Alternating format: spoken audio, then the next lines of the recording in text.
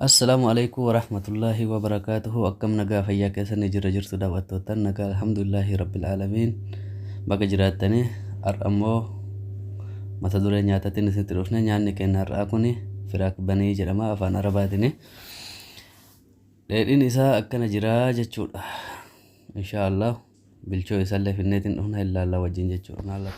Egaa akka daawwattootan kiyyaa akkuma dheedhii isaa isinitti argisiise bilchoon isaa immoo kana fakkaataa jechuudha. Nyaata kana haala kanaan dalagachuuf yoo barbaadan jechuudha haaluma salphaa mana keessan teettanii nyaata bareedaa dalagachuu yoo barbaadan viidiyoo hojjannee qopheessinee jira. Viidiyoo san guutuu isaatitti yoo daawwattan haaluma salphaa waan kana hojjetachuu dandeettanii jechuudha. Viidiyichi kunooti nu wajji tura. Hordoftoota fi kabajamtoota zayitiin hodhee jira yeroo hammaatutti immoo zayitii keenya hodhisneetiin jala qannafanna.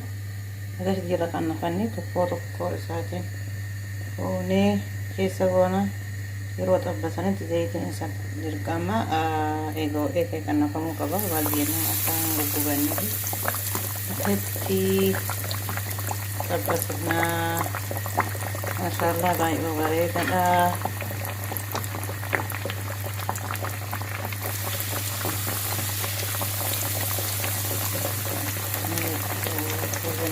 Sana berkata Masya Allah Jadi bisa Masya Allah kabari darah bahasa nanti bisa no yero bahasa itu tamara gisi video isa hati seminara karena nanti sana pura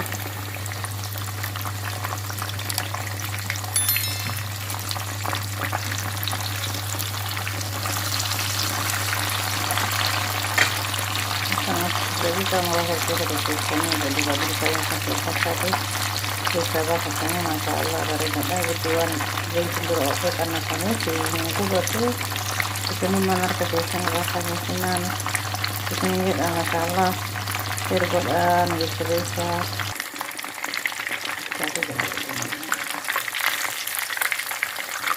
nggak bisa bisa wow belum pecat ini harusnya Masya Allah. Egaa akka daawwattootan keenya viidiyoon keenya kana fakkaata. Yoo isinitti tolee viidiyoo kana subscribe, share, like nu gochuun nu jajjabeessa. Inshaallah akka fuulduraatti wantiin hedduu bareedaa ta'e wantoota nyaata wal qabatan hedduu qabannee dhiyaanna. Kanaafuu waan nu faana turtaniif galatoomaa fayyaa.